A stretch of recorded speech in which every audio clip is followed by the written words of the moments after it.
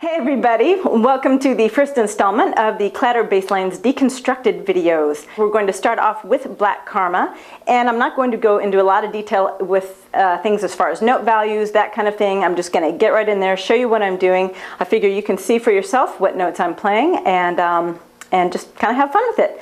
So first off, for Black Karma, what you need to do, you gotta tune this baby down. Start with E, you want to go down not to D, but all the way down to C. Yeah, that's what gives this song its wonderful growl. So once you're down there in C, just about anything you play is going to sound really cool. So I'm going to go ahead and demonstrate this without any of my other amps on. I'm just going to do a clean signal for you just so you can hear exactly what it is I'm playing, and then I'll show you what it sounds like when you put it all together. Now this song is actually fairly simple. There's a lot of space in here. It's more of a groove-oriented song, and mostly I wrote it just around the effect that I use on this, which is from the Boss VF1. It's the fusion effect, I believe, and I thought it had a really cool, gnarly sound to it, so I really wanted that to ring out and sound cool. So let's start with the verse. It's just a very basic line that just goes like this. Actually, I'll play it at tempo, and I'm going to play it along with the metronome. It's set at 94 beats per minute with quarter notes, and I always like to practice with a metronome, almost really to the distraction and detriment of all others around me, but for some reason I just really like things to be right in time. So here's what the verse is going to sound like.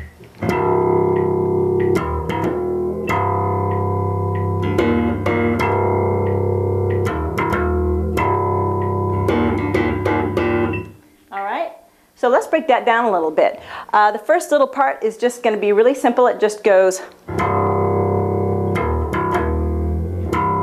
Now you want to give a little bend on that last note there. That's what makes it sound really, you know, awesome. So, all right, then you're going to go up to these, I call them the top two strings. I think I say it backward from everybody else, but to me, when I'm looking down at my bass, these strings are on top. You know, the D and the G strings.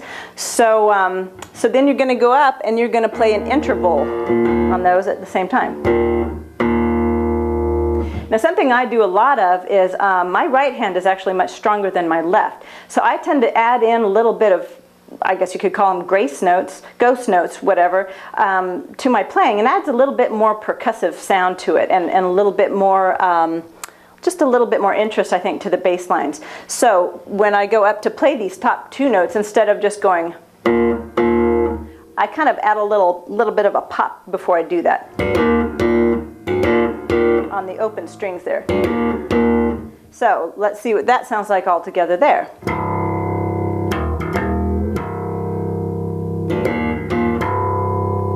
All right, and then the second time around, you just do it 2 times.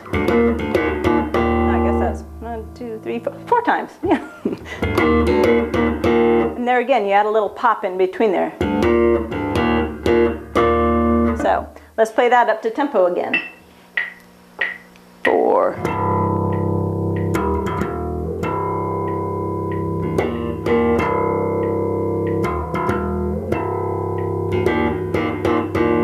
All right. So you just repeat that a few times for the verse, and then that just goes on into the chorus. Another thing I really like about this verse part is that, you know, when you let the, I guess it's the C string ring, gives you all kinds of opportunity to do something crazy with your hands.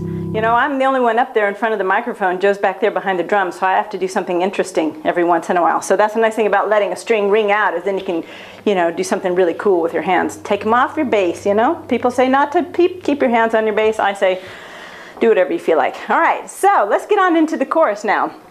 This is where we start kind of rocking out a little bit. Still, it's really fairly simple. It's just a little syncopated bass line. Let me play it at tempo, and then we'll play it a little slower. 2, 3, 4.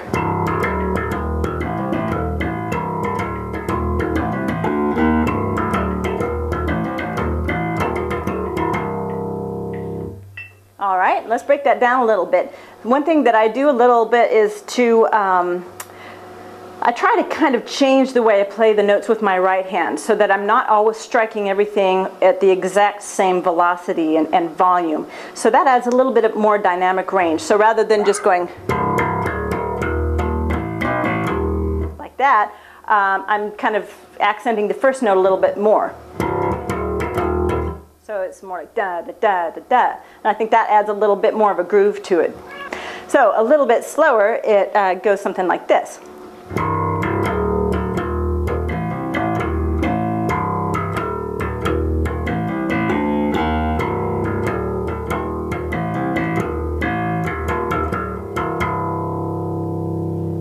One thing that you'll see a lot in my bass lines is I like to do hammer-ons, which is where you play a note and then you, with your right hand, and then you cause the note to change with your left hand. I guess is the best description I can come up with for that.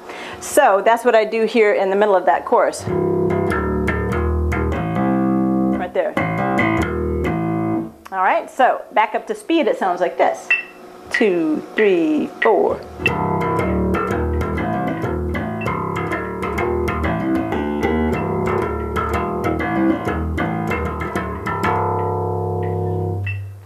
All right, so all that leaves now for Black Karma is the bridge part, which is basically a combination of the verse, which you've already heard, and then little bits that I play over the top. One thing that I like to do is let the bottom note ring so that then I can play over the top of that, and I'll still have that low end down there, like, you know, there's still a bass player playing while somebody else is playing something over the top. So, to slow it down a little bit for the bridge, you're just going 2, 3. Then you go up to here. All right. Then back down. Then way up high here. Gives it kind of a creepy feel, you know. All right, then some harmonics here. You know, who doesn't like to play harmonics? Then back down. All right, then the all-time super cool badass bass slide. I do that a lot. I love to slide. I can't help it. Usually it's, but up here this time we're going to be doing these top 2 strings, like I call them, and just maybe you know, a fifth or so apart. So. And then you go back into a chorus part again. So let's play that up to tempo. 1, 2, 3, 4.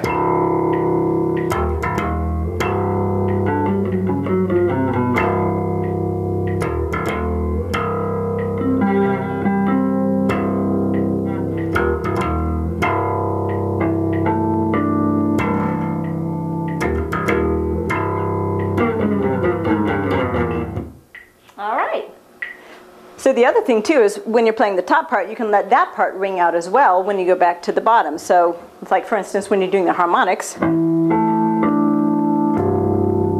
there, then you've got all kinds of cool overtones and notes playing all at the same time. All right, now we're going to put it all together with all the different amplifiers and the effects and everything, so you can see what the whole total overall thing sounds like. All right, here we go. 1, 2, 3, 4.